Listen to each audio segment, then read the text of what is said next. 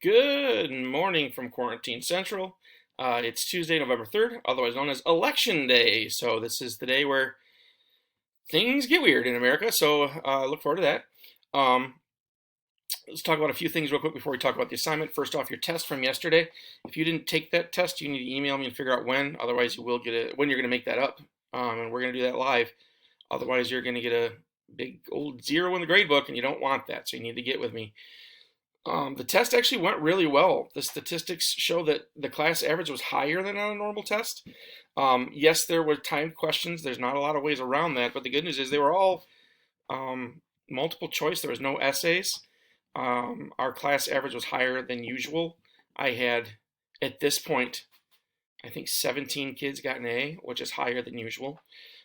Yes, there were kids that did poorly, but most of the kids that did poorly didn't do the review sheets or didn't complete the review sheets. And a lot of the kids um, who did poorly uh, have done poorly on previous tests too. So basically, all the stats show that the test was valid. It was the same level or even easier than previous tests. So we're gonna keep that. We've got to figure out a way to do test corrections in the future.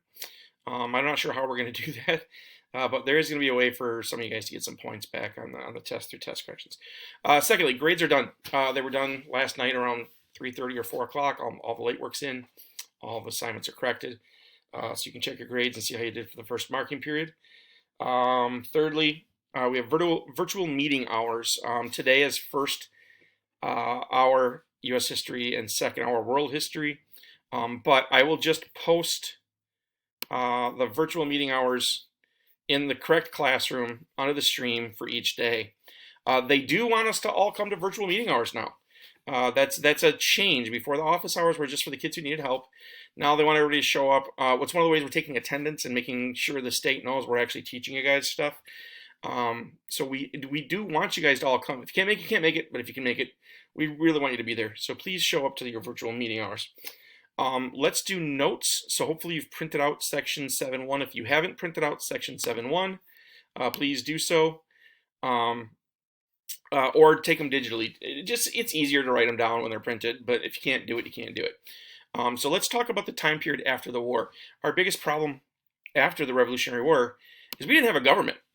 We had the Continental Congress, which was doing the job during the war, but when we walked away from England, we walked away from our government, the people whose job was to make sure things got done. And that's really what a government is. A government's there to get stuff done, to make sure trade goes smoothly, and to make sure there's a money system, and make sure that citizens are safe and we don't get attacked from foreign countries or domestic terrorists or all that. Build roads. I mean, our government does stuff to make sure the country runs smoothly. That's their main job. And England was doing that, and we said, we don't like you anymore, England. We want a new government, but we didn't put a lot of thought into what that government was going to look like. What we did know is that we didn't want an overly powerful government. That was our big issue with England. And if you remember, England, I mean, technically they lorded over us, but they treated us pretty good for a colony. But we were a colony. That's the whole point of a colony, is a colony does your bidding.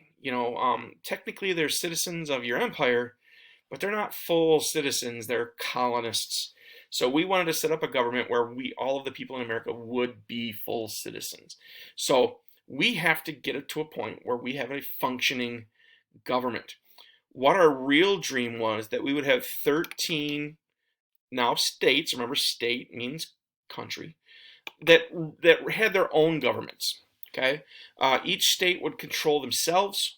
Each state would have their own rules that met the needs of their own citizens. The whole point of the Declaration of Independence was that people can rule themselves in any way they want. Whatever they want, they can have.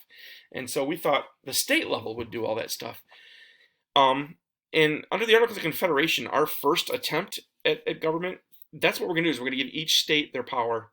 We're going to find that has some real issues. That has some bonuses, but that has some real problems. And so we're going to talk this first section about what went wrong. Why can't you just let every state do their own thing and be left alone? It's a great idea on paper. I mean, why wouldn't you want the states to please their people and do things exactly the way they want? but then the reality of the situation ends up ruining it for us. And it happens in all over the world when you come up with a great idea and it just doesn't work out well. So the focus question is, what were the major successes and failures of the government under the Articles of Confederation? The Articles of Confederation was our first constitution. So a constitution, lowercase c, is any document that runs a country or sets up a government. Okay, so later on we're going to create the Constitution with a capital C, and that document's going to create our government and run our country. But before the Constitution, we have the Articles of Confederation. The Articles of Confederation was the first document that ran our country. Confederation is a lot like what we have right now, except that instead of the federal government overruling the states, states have to do what the federal government says. They don't have a choice. They can't be like, you know what, that's a cool rule, but I'm not going to do that. They got to do it. That's a federation. A confederation is where the states tell the federal government what to do. Okay? And some of the more astute among you may recognize the word confederacy in there, and that's what the South is going to be during the Civil War. So when the South breaks away during the Civil War and tries to create their own country, they're going to go back to this concept of confederation. And once again, that is just that the federal government can't tell the states what to do. The states tell the federal government what to do. And in other words, the federal government is kind of like a servant of the states. If there's something the states can't do themselves, they got that upper level to try and do it for them. But anything the states can do themselves are going to do. Well, in modern America, we're a federation, which means the federal government tells each state, hey, you need to make a law that addresses this. And then the state can go about it any way they want, but they have to address the issue. So the federal government is really in charge in a federation. We should try a confederation first, and we find it doesn't work. And here's a spoiler for you. It doesn't work for the South either. It just does. Confederation is great on a really small scale, but it doesn't work on a large scale. All right, so what goes wrong? So the original plan under the Articles of Confederation is each state is in charge. You get to set up whatever rules you want within your own border. And after the Revolutionary War, or actually during the Revolutionary War, and then especially after, the states did go about creating their own constitution, creating their own government, and there were a lot of similarities between them because, after all, we were dedicated to the concept that people have rights and that the government should be kind of small and leave us alone. And that's what a lot of those states were doing. So there were similarities between them, but obviously there were some differences too. For instance, slavery good, slavery bad, okay? Protect the landowners, protect the money makers. So it kind of depended on where you were at. But 11 of the 13 states have constitutions by the end of the Revolutionary War, or within a few years after the Revolutionary War. And those constitutions create state governments. And the state governments were a lot like what we now consider the federal government. Remember, each one of these guys was their own country. So they had their own armies, they had their own money, they had their own everything. They were a lot like a federal government now. So this is our old governor here. The biggest scary thing in each state was the governor. The governor holds the job of what's called the executive, and it's a coincidence that the root word of executive is execute. To execute just means to carry something out. So when we say execute, we're in the versions of the death penalty. The old way they said it was they were going to execute the death penalty, which means we're going to carry out the death penalty. We're going to kill you. So all of a sudden the word execute becomes to kill, but the word execute actually means to carry out. So each state had to have somebody in charge of making sure stuff got done. So each state would have a Congress that said, build a road, and then the executive would hire the people and build the road. So that at the state level is called a governor. At the federal level, that's called a president. At the local government, that's called a mayor. But they all get the job done. And so a governor was a scary proposition. They really didn't want to end up being like a king. So because they didn't want to have one person with a whole lot of power, most of the states put the power in the hands of a legislature. A legislature is a governing body that has many members and makes the laws. So in our federal government, that's called a Congress. At the state, that's also called state Congress. At your local level, that's probably called a town council or a town board or a city. It's either council or there's another word for it, I can't remember. But yeah, it's usually many people, so not one person has too much power. The power's spread out, and you get a lot of minds working together and hopefully come to a great decision. So the states kept putting the power in the hands of the state legislature. Under the new constitutions of the states, they allowed a heck of a lot more people to vote. Unfortunately, they still had the problems that we have right up until 1920.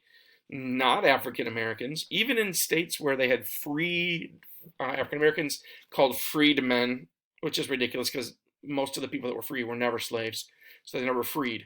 But in the North, there were a lot of African Americans that were free, couldn't vote. And obviously in the South, the slaves can't vote. And women are not allowed to vote. Still a sexist world. That's not going to change till 1920. As a matter of fact, women are among the last to be allowed to vote in America. African Americans technically earned the right in 1865, but states find a way to prevent them from voting until the 1960s. But at least legally, African American men get the right to vote before white women in America. That's how sexist we are. For a long time in American history, sexism actually even trumped racism. But the states are going to do some very specific things. They're going to make some very specific rules in their constitution and give people rights. And that's actually what your assignment's going to be about today is the concept of individual rights. To make sure that we don't go through the same thing that Great Britain had with the writs of assistance and the ridiculous taxes and throwing people in jail for no reason. Every American now has rights. And after the Revolutionary War, every state gave their citizens these rights. The state that's going to come the closest to what we have now is Virginia, but a lot of states give their citizens individual rights. And this is a big deal because the easiest way to govern your people is to give them no rights. The easiest way to keep your people in line and make sure there's no riots is to give them no rights and make it so I can throw you in jail anytime you want. A right is nothing more than saying, I can't punish you for this. If you do X, I can't punish you because you have the right to do it. So the right that most Americans are familiar with is the right to bear arms. So having a gun does not put you in jail. Your assignment today is going to be about how, you can't really have any gun. You can't drive around in a tank. But we have lots of rights. We have the right to a trial by a jury. We have the right to a speedy trial. We have the right to, eventually they added the right to remain silent. That's not actually in the Constitution, but that means if the cops ask you a question, you don't have to answer them. Them's the rules. So those are all rights. So they're a guarantee that the citizens can do certain things and the government can't punish you for them. And as we mentioned, the first state to guarantee a whole lot of rights is Virginia. When we write our American Constitution and we fix the articles, we're going to borrow heavily from Virginia's Bill of Rights. A lot of that stuff that we believe in and we wrote down came out of the Virginia version. So after that, Virginia's writes the rules. Then a whole bunch of states, kind of copy and paste a lot of their rules and just say, yeah, this makes sense. The citizens should have all of these rights. So the Articles of Confederation were adopted in 1777, 1 year after we declared war. They're not really going to be used because after we declared independence. After we declared independence, we're so busy fighting the war that we don't have time to think about making roads and setting up a trade between states and stuff like that. So they're written and adopted in 1777, but we spend the next 7 years just fighting the war. And then after the war, we start using the articles to run what we now think of as the United States of America. Under the Articles of Confederation, there was only one branch of government. It was called Congress. And there's a famous old trivia question, who was the first president of the United States? Well, the first president of the United States under the Constitution that had any power whatsoever is George Washington. Under the Articles of Confederation, there was no executive branch. So there was a guy called a president, but he just banged the gavels at the meetings. He didn't really have any power. So technically speaking, there was a president before George Washington, but they weren't what we think of as a president. Okay, one House legislature, just like in the war, one Congress. Each state had one vote. So you could send 7 people if you wanted. But in the end, those 7 people would debate, and they would vote yay or nay as one. So there were exactly 13 votes being cast. In order to change anything in America, you had to have 9 of the 13 states agree to it. This is going to be kind of the thing that kills the Articles of Confederation. So I'm going to make another video. I'll be right back.